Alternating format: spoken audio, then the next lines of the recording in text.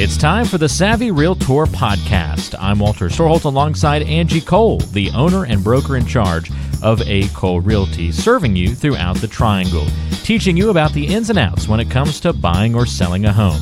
You can find the team online by going to acolerealty.com. That's A-C-O-L-E realty.com, or by calling 919-578-3128. That's 919-578-3128. And now it's time for one of the top realtors in the Triangle, Angie Cole, and the Savvy Realtor Podcast. I want to get your reactions to a couple of these headlines, Angie.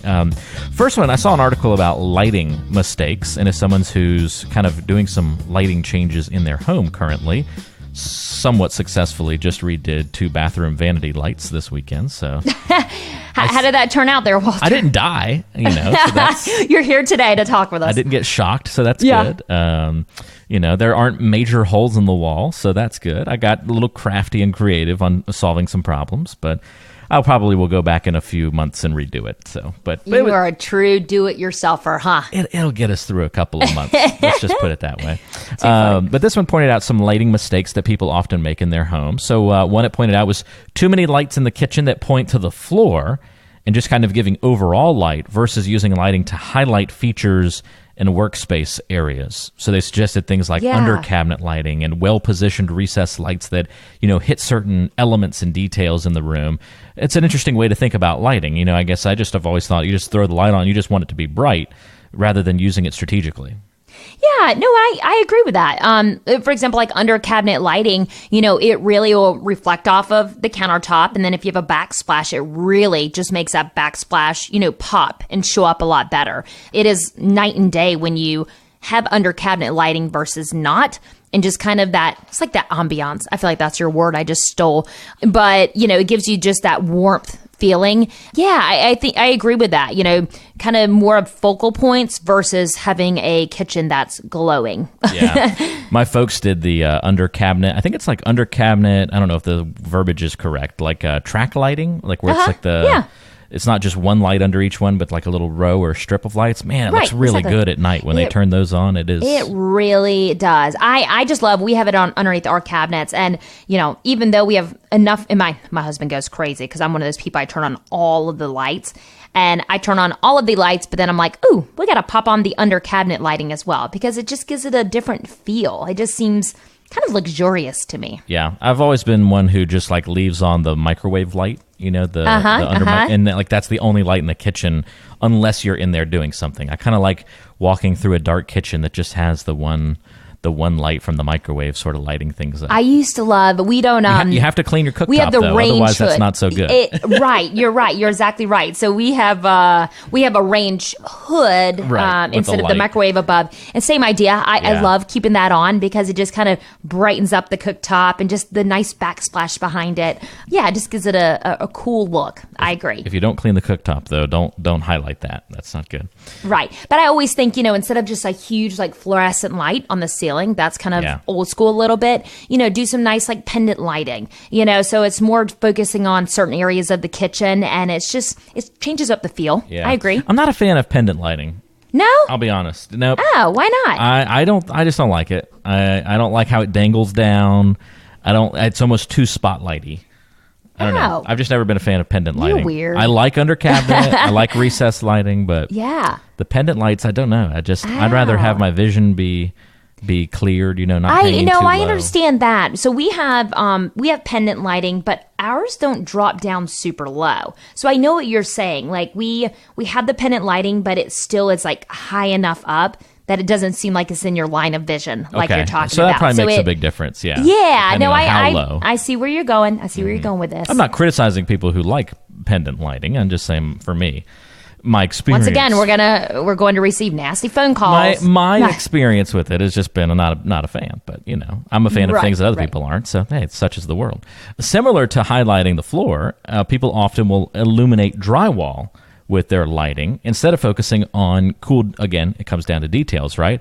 Instead, position lighting to highlight molding, arches, shelving, that kind of thing. Yeah, so I agree here. Just illuminating the drywall is kind of placing a focal point on just a blank canvas, a blank space. Instead, focus on kind of the changes, the extra touches in the room. Like you mentioned, the molding, the arches, the shelves, if there's some bookshelves, I think that's a great thing to put some extra little lighting in those just to give those a pop, because in most homes, those are considered to be upgrades, right? Where every home has drywall. So yeah, I agree with that.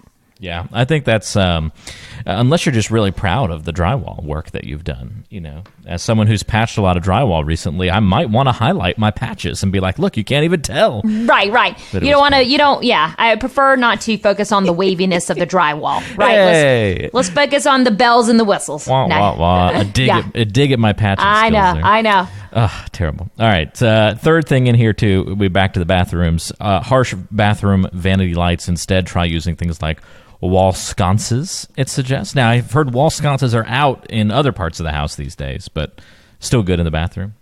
Yeah, most definitely. Just, I guess instead of, all I can think of is Hollywood, where you have those like round bulbs, like a strip. Way too harsh. Yeah, right. Yeah. And so I think that's what it's stating is, those vanity lights where it's a big strip of lighting and just all, 7 bulbs lined up. Instead, do, like some sconces or a nice, light with a globe on it. They have a lot of just really pretty bathroom lighting where maybe it's a 2 or 3 kind of lighting feature, with each of their separate own globes on them. It's just, it's more of just a softer look, I would say, versus, the Hollywood lights that just lights up the whole bathroom. I saw a picture the other day in a home, and it had exactly what you're describing. It must have been 15 bulbs across. I was like, oh, that would be blinding in the morning. Right. Yeah. It's like, ooh, too much. I don't want to see all that so early in the morning. Yep, exactly. So there you go. Some of the lighting mistakes that the article pointed out. Helpful if you're thinking about doing some of those changes in your home. Something else I wanted to discuss today, Angie, mortgage closings. Happening faster than ever, according to a recent study. So now, this comes with a caveat. I could not make out from the survey or the details in the article here exactly what this period is defined as. And I don't know if you'll be able to give us some insight based on the numbers here. I don't know if they're counting it from, offer accepted to now closing, and that's the closing period, or if they're talking about application to closing on a home. My guess is it's from offer accepted to actual closing, but then it almost seems like these numbers are too large. I don't know. And I think we need to remember that this is just not for North Carolina, right? Right. National data here, yeah.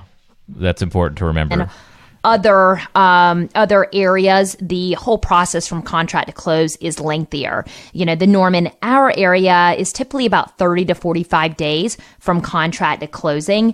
Most lenders in our market can easily close a home in 25 to 30 days. So I'm assuming, it's from contract to close just because when most people make an initial application, it can be several months, could be even a year, before. Right. You might get pre-approved they get way serious. ahead of time. Yeah. So. Most definitely, which you should. You should always get pre-qualified, pre-approved in advance, so you truly understand your buying power and you understand the price point that you should consider, right? So yeah, I would say that they are talking about contract to close.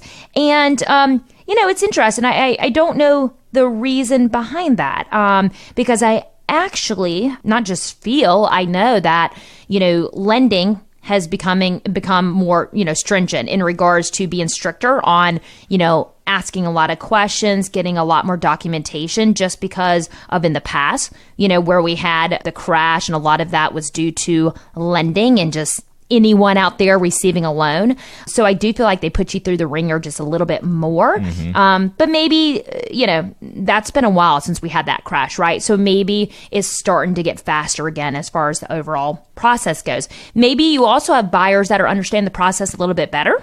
Yeah. And so maybe education. Yeah. So maybe it's not so much on the lenders as far as why this timeline is, now a little bit more tightened and we're moving a little bit quicker as far as from contract to close. But maybe it's just the buyers understanding the process, being educated better and understanding that, hey, whenever the lender asks you for, a piece of documentation, get it to them ASAP because this whole process could really be held up if you don't. Yeah, I think the holdup is usually not so much with the mortgage company until there's a problem. It's usually the person turning in the paperwork, and that was one of the reasons the article pointed to was that the fact that everything is a lot more digital these days. It allows for quicker turnaround times on getting signatures and things like that. That's true. That is true. Yeah, and now that could be it as well. It did mention lower volumes of mortgages needing to get through the system, and that's probably a byproduct of what you're talking about.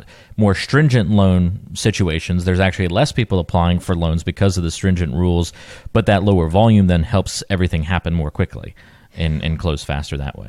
Well, and I wonder, too, if it's the mortgage lenders really doing their job a lot more up front, right, to make sure that someone is truly pre-qualified and good to go before they just quickly hand them that pre-qual letter and they start going down the process only to, realize that, hey, they're not truly qualified. So, maybe it's a mixture. Yeah, it's a great point. The numbers, by the way, I don't think I ever gave the actual numbers. Only 40 days from contract to close in 2019 so far.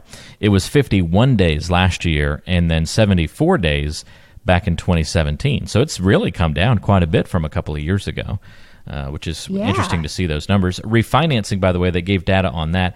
Relatively similar, a little bit shorter time frame, 38 days this year, 43 last year, and 55 back in 2017. So just a couple of interesting little stats for you there. That is, interesting. Yep. You've been listening to the Savvy Realtor podcast. I'm Walter Storholt alongside Angie Cole. She's the owner and broker in charge of A. Cole Realty here in the Triangle. And if you have questions for Angie, we invite you to go online to acolerealty.com. Listen to past podcast episodes on the website, read the blog, and all the great information, including the option to find a home right there on the website. That's acolerealty.com. And you can also call Angie with your questions, 919-578-3128.